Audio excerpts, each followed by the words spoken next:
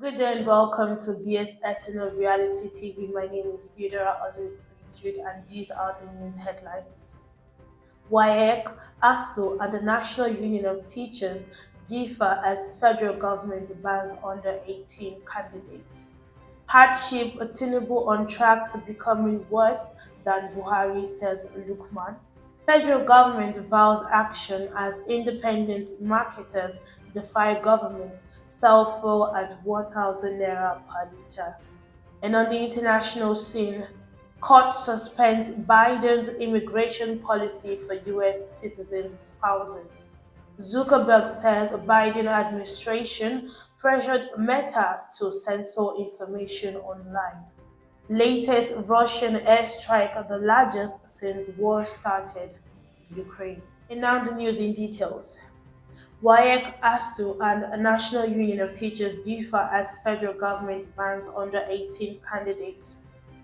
The Nigerian Union of Teachers has condemned the federal government's decision to ban under 18 candidates from sitting for the West African Senior School Certificate Examination and the National Examination Council, even as the Academic Staff Union of Universities backed the policy. This means that underage students will no longer be allowed to sit for the West African Senior School Certificate Examination and the Senior School Certificate Examination, both crucial for advancing to tertiary education. Hardship, Tinubu on track to becoming worse than Buhari, says Lukman. A former national vice chairman, northwest of the ruling All Progressive Congress (APC), Salihu Muhammad Lukman, has lamented the growing deterioration of governance in the country, saying each successive governance in the administration has become progressively worse than its predecessor. He said while the President Muhammadu Buhari administration was worse than that of President Goodluck Jonathan, it is saddening that the President Bola Tinubu administration is on track to becoming worse than that of Buhari. Federal government vows action as independent marketers defy government, sell fuel at 1,000 naira per litre. Despite efforts by the Nigerian National Petroleum Company (NNPC) to maintain a pump price of 568 naira and 617 naira per litre, independent oil marketers have increased prices to 900 and 1,000 naira per litre. In reaction, the federal government has vowed to shut down offending stations citing profiteering and exploitations of Nigerians.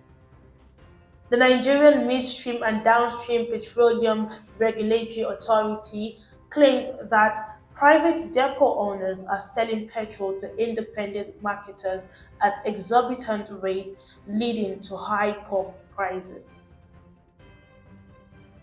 And on the international scene, court suspends Biden immigration policy for U.S. citizens' spouses. A Texas judge on Monday ordered a temporary pause on a policy that would streamline the process for spouses of U.S. citizens to obtain legal status in the country, a blow to one of US President Joe Biden's biggest immigration reform policies. Judge J. Campbell Baker granted a 14-day administrative stay in a case brought by the Republican attorneys general of 16 U.S. states challenging the Biden administration's policy. In June, Biden announced the new policy, which streamlined a pathway to citizenship for an estimated 500,000 immigrants married to U.S. nationals.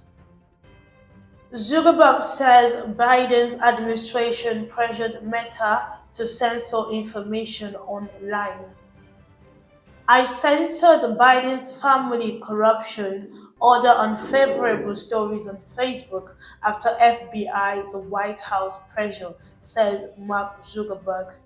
I regret that we were not more outspoken about it. I also think we made some choices that we wouldn't make today, said Mr. Zuckerberg. Meta's chief executive Mark Zuckerberg has admitted that Facebook censored a story exposing US President Joe Biden's family's alleged corruption after being pressured by the White House and the FBI. In a letter dated August 26th, addressed to Republican Jim Jordan, House Judiciary Committee chair, circulated on social media. Mr. Zuckerberg says Facebook demoted a story exposing Mr. Biden's family corruption due to an earlier warning on potential Russian disinformation from the FBI. Latest Russian airstrike, largest since war started Ukraine. Russia launched a massive missile and drone attack aimed at energy infrastructure across Ukraine overnight onto Monday, marking the biggest air attack since the war began, Ukrainian officials said. The attack, which killed at least 5 people and caused power outages in several cities, marks Russia's most massive air attack in more than 2.5 years of conflict, according to Ukrainian Air Force Commander Mykola Oleshchuk. The nationwide strikes used more than 100 missiles of various types and around 100 Shahed drones. Ukrainian President Volodymyr Zelensky said Ukraine shot down 102 of the missiles and 99 attack drones, Oleshchuk said. And that is all on the news today. Thank you for sticking with us on BSSN Reality TV. My name is Theodora Ozwebu. Thank you and God bless you.